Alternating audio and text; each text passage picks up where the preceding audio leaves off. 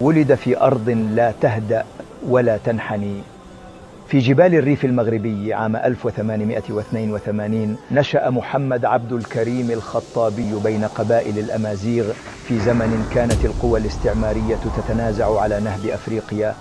تربى على القرآن ودرس الفقه واللغة في القرويين، ثم سافر إلى مليلية فاطلع على ثقافة الغرب واصطدم بسلطات الاحتلال الإسباني فسجن، لكنه تمكن من الفرار وعاد إلى قريته رجلا تغيرت ملامحه وملامح مصيره.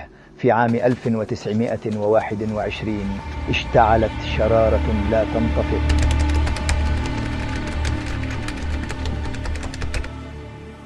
معركة أنوال، حيث كسر الخطابي هيبة الجيش الإسباني بجيش من المتطوعين يعرفون الأرض ويعرفون لماذا يقاتلون.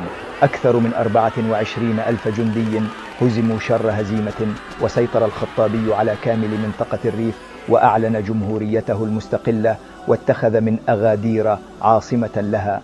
ردا على ذلك تحالفت فرنسا مع إسبانيا وجيشت 250,000 جندي مزودين بأحدث الأسلحة لاقتحام الجبال وإسقاط المشروع.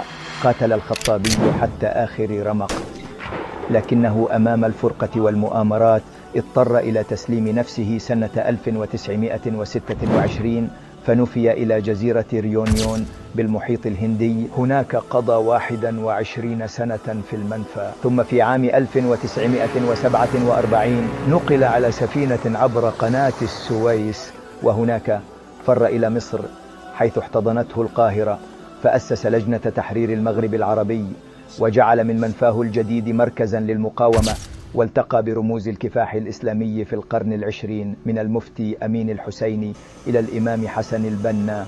توحدت كلمته مع كلمتهم في معركة واحدة ضد الاستعمار، لكن صوته الذي دوى في ميادين الجهاد خفت في سنواته الأخيرة تحت رقابة مشددة، فدخل في عزلة سياسية طويلة لم تكن اختيارا بل إقصاء من قبل نظام لم يحتمل حضوره.